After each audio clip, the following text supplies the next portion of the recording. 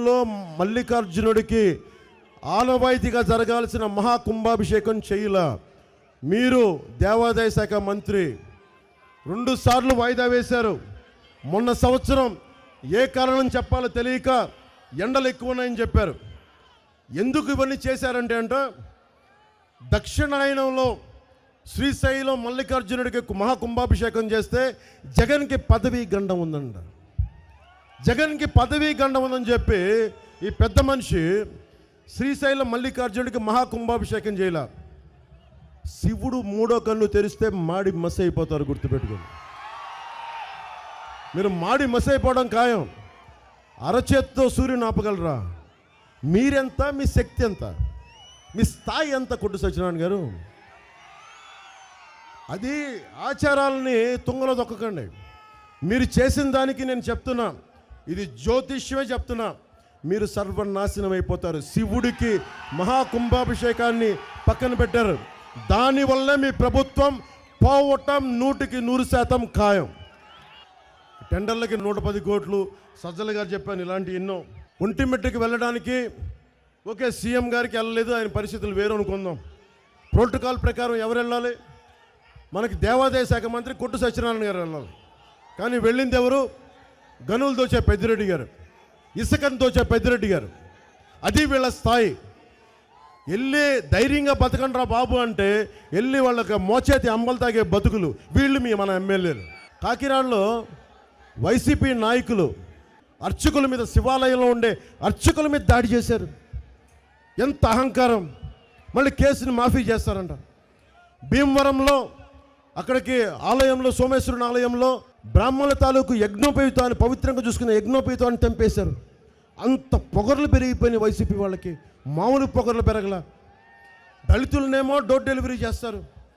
బీసీల మీదేమో దాదాపు 8,000 9,000 పైసలకు కేసులు పెట్టారు బీసీల మీద. 34% ఉన్న బీసీ స్థానిక ఎన్నికల్లో ఉన్న రిజర్వేషన్ని 24% చేశారు. ఎల్లికి ఊడిగం చేసి కూర్చోబెట్టి వీళ్ళ చుట్టూ భజన చేస్తే చాలు, కులాలు నాశనం అయిపోయిన పర్లా. ఇది మారాలని నేను కోరుకుంటా ఉన్నా. 5 సంవత్సరాలకు ఒకసారి ఎన్నికలు వస్తాయి. మనకు ఉండే కష్టాలు మనకు ఉన్నాయి. సాగునీరు కానీ, ఇప్పుడు ఈయన పెద్దలు చెప్తా ఉన్నారు, తాగునీటికి సమస్యలు, సాగునీటికి సమస్యలు, వ్యాపారాలు అంటే ట్యాక్సులు, జిఎస్టీలు ఎక్కువైపోయినాయి మనం బాధపడుతూ ఉంటే దానికి అదనంగా కే ట్యాక్స్, కొట్టు ట్యాక్స్ ఒకటి.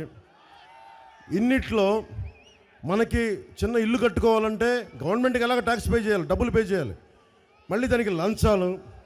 ఎప్పటికీ మారుతుంది ఈ పరిస్థితుల్లో? ఎప్పటికీ లంచాలు పే చేయాల్సిందేనా? దీనికి మార్చే ఇది లేదా? 2047లో మీకున్న ఒక్కొక్కరికి ఇక్కడున్న ఆడబిడ్డలకు కానీ, నీ వయసు ఎంత తల్లి? నీ వయసు 20? ఎంత మీ వయసు? ఏళ్ళతో చెప్పు. 18 ఏళ్ళ? 19? 2047కి ఎంత? 24లో ఉన్నాం. 19 ఎప్పుడు? మీకు 40 దాటుతాయా లేదా? 40కి వచ్చేటప్పటికి మీకు బిడ్డలు ఉంటారా లేదా? మీ బిడ్డలకు కూడా ఇలాంటి జీవితాలను ఇస్తామా? ఇలాగే కలుషితమైన జీవితాన్ని ఇస్తామా?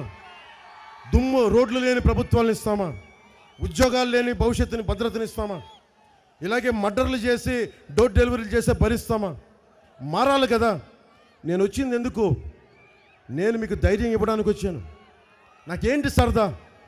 ప్రతి అడ్డమైన సన్నాస్యత మాటలు అనిపించుకోవాలంటే నాకేంటి సరదా? నాకు కొట్టు చేత కూడా మాటలు అనిపించుకునే స్థాయికి నేను వచ్చానంటే దేనికి వస్తాం?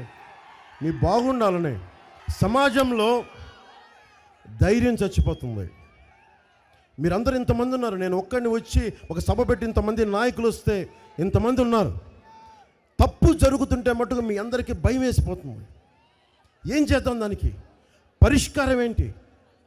మీ భావాన్ని గట్టిపరుచుకోవాలి. కొట్టు సత్యనారాయణ దిగొచ్చాడా? కొట్టు సత్యనారాయణ కొడుకు ఏమైనా దిగొచ్చాడా? వాళ్ళకేమైనా ప్రత్యేకంగా రక్తం వేరుగా ఉందా? మనకంటే కూర్చొని అట్లీస్ట్ మా బాహుబలిలాగా కనీసం 6 అడుగుల పైన ఉన్నాడా? ఏముంది వీళ్ళ దగ్గర? వైఎస్ జగన్ ఏమైనా పెట్టి పుట్టాడా? సజ్జల రామకృష్ణారెడ్డి గారు ఏమైనా పెట్టి పుట్టారా? వారు ఎందుకు చూసి భయపడుతున్నాం? మనకి పథకాలు అన్నీ ఇస్తాం. ఇందాక ఉంగుటూరు సభలో చెప్పా, ఎన్ని అద్భుతమైన చట్టాలను తీసుకురా. అంబేద్కర్ గారు చెప్పింది. ఎన్ని